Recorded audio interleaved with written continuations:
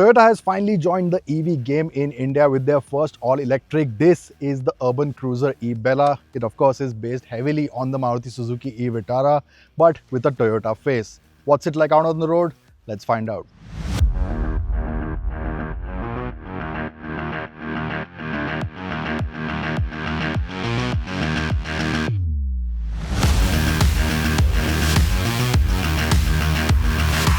The name Ebella is derived from the Italian, Spanish and Latin word bella, which means beautiful. Now, while beauty may be subjective, the Ebella's crossover-like stance, chunky body cladding and strong character lines come together to give it a muscular, purposeful look.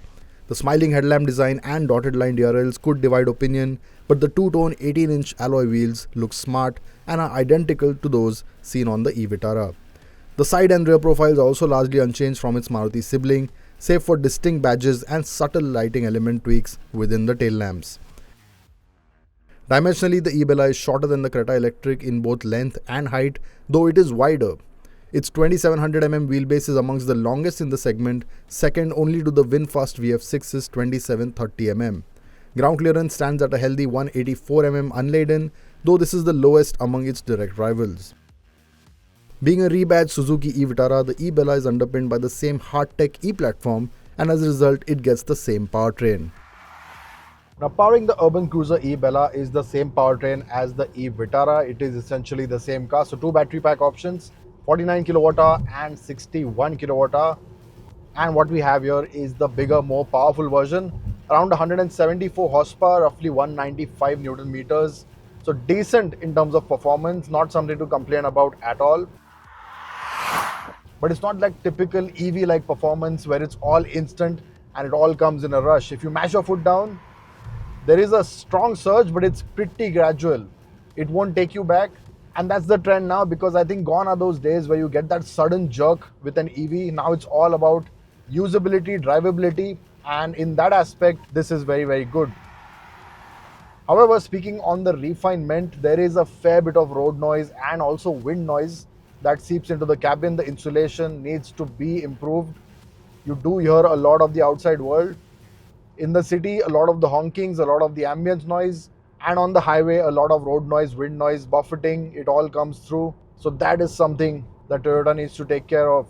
And speaking of performance, acceleration, overtaking, not a problem at all, even in the more docile, normal mode. In Eco, obviously, it is a bit more restrained. And in Sport, it's not overwhelming. It's just that you won't really engage Sport and get all excited. Because as I said, it's all about linear power delivery and nice and smooth surges. At 1.8 tons, it is 238 kilograms heavier than the top spec Hyundai Creta Electric, and despite this, performance feels adequate. The Ebella accelerates from 0 to 100 kph in 9.25 seconds, which is 1.2 seconds slower than the Creta Electric, and tops out at an indicated 160 kph. What's also quite nice is the regen. You've got individual modes in there, but you can't really change them on the move. The car has to be stationary, which is quite a bummer, because if your traffic suddenly changes, which happens a lot in India, if you want to quickly change your regen mode, you can't really do that on the move. You have to pull over, stop, go through the menus, and it's not a quick button. You have to go through a menu, then a sub menu, then adjust the regen. It's just a bit too extra, and you don't really need that. By default, regen is set to the middle level, where deceleration is gradual. There is no single pedal driving mode, and the vehicle won't come to a complete stop on regen alone.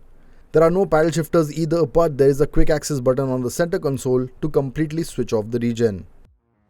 Now, like the e-Vitara, the Ebella also gets ADAS, settings for which are buried in the touchscreen. Thankfully, you can manually switch it all off. So in your haphazard traffic, you need not worry about when the system will kick in. Performance of the ADAS is not too bad. It does what you expect it to do. Not quite at the level of the Creta EV, which in terms of calibration, I think is still the best, but it does the job.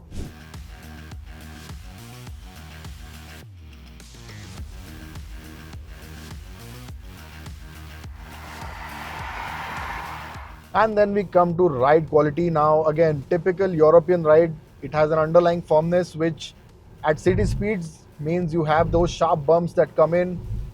Damping or suppleness is not that great. As a result, you don't have much travel. The battery is all in the flow, so a lot of weight down, and that means those thuds and sharp cuts on the road are felt. And once you gain speed on the highway, stability is okay, it's not too bad. But over expansion joints, again, the car feels a bit unsettled. The steering is light and coupled with a tight 5.2-meter turning radius, city maneuverability is excellent. Also, while it isn't engaging to drive, handling is predictable and safe, and what's impressive is the brake pedal feel that is natural and confidence inspiring. Now, on the topic of range, this one is the bigger battery, the 61 kilowatt hour, which means you have a claimed range of over 500 kilometers. That is what Toyota says. But real world numbers are quite different. When we started to drive, it was showing around 480 kilometers on a full charge. Obviously, depending on how you drive it, where you drive it, that number will change significantly. Now, we don't have enough time to do a proper range test to Autocar test standards, so we will reserve our comments for that. But we have tested the e-Vitara a fair bit, and the numbers are a bit different than what the MID shows. Preliminary highway driving indicated an efficiency around 6 kilometers per kilowatt hour, translating to an estimated real-world range of roughly 370 kilometers on a single charge. The Ebella comes standard with a 3.3 kilowatt home charger with an optional 7.2 kilowatt AC charger available at an extra cost. DC fast charging tops out at 67 kilowatt, which is lower than what many rivals offer. Where the Ebella is a bit on the back foot is the infotainment system. And that gets me to this whole infotainment system. It's just not that user friendly. Yes, you have physical buttons for the climate control, that's great. The buttons on the steering wheel are physical as well, which is also very good.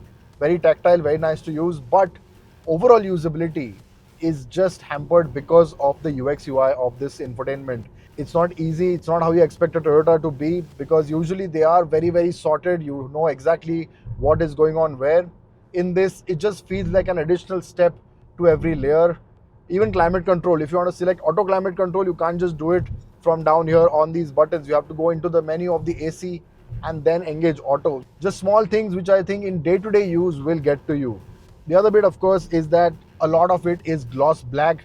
You have a massive gloss black panel, which to keep clean and free of dust and smudges is very, very difficult. Reflective also. And speaking of reflective, this whole panel is quite reflective. The screen, I mean, honestly, I can't really see much because a lot of it is being reflected right off my shirt, off the dashboard. So it's not really the best in terms of resolution. Yes, you do get a lot of information in the infotainment system, but I would have liked the placement to be a bit better. And yes, the problem we saw on the e-Vitara has obviously been carried over on this as well. The touchscreen is at a higher level, the infotainment is at a lower level, but it's on a same panel, and that is a bit odd. You have to switch between looking up and then looking down again, which is a bit annoying.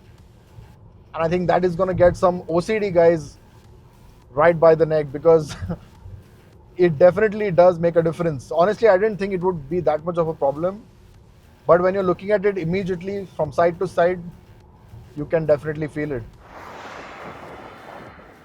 However, the rest of the interior is rather impressive with its fit finish and perceived quality, all of which feel genuinely premium. Soft touch materials on the dashboard and steering wheel, damped switchgear, and the brown-black color scheme elevate the cabin's sense of premiumness. There's a large storage bay beneath it, and overall storage spaces are plentiful and thoughtfully designed throughout the cabin. The front seats are wide, supportive, and comfortable, and they are electrically adjustable too.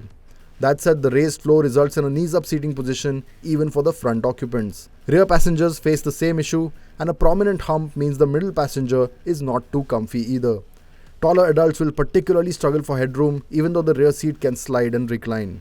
The middle section can be folded down as an armrest, but this creates a cavity that exposes the boot contents to the rear occupants. Toyota claims a boot capacity of 306 litres, which is quite small for this segment. On the plus side, the boot is very well shaped and can comfortably accommodate 3 cabin-sized bags with room to spare for smaller items. There's also a full-size spare wheel under the floor, along with a dedicated tray for a charging cable.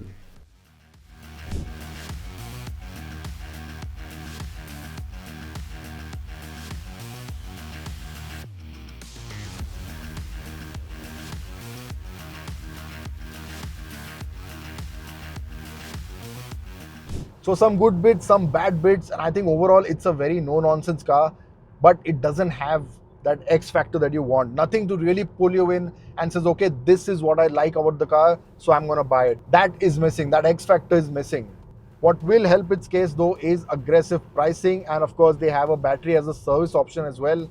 What they also have is a 60% buyback assurance. We'll know the entire terms and conditions of that in a few days. But my impressions are that they need to price this aggressively. They need to get into the Nexon more than the Creta. I know the battery pack is large. It is more than the Creta actually. But they need that aggressive price given its size and given what it offers. If they can play in the Nexon territory with a Creta EV battery, I think then that is a good reason for people to get into the showrooms. Otherwise, if the pricing is going to be high, if they go on par with the Creta or even near it, then they're going to struggle.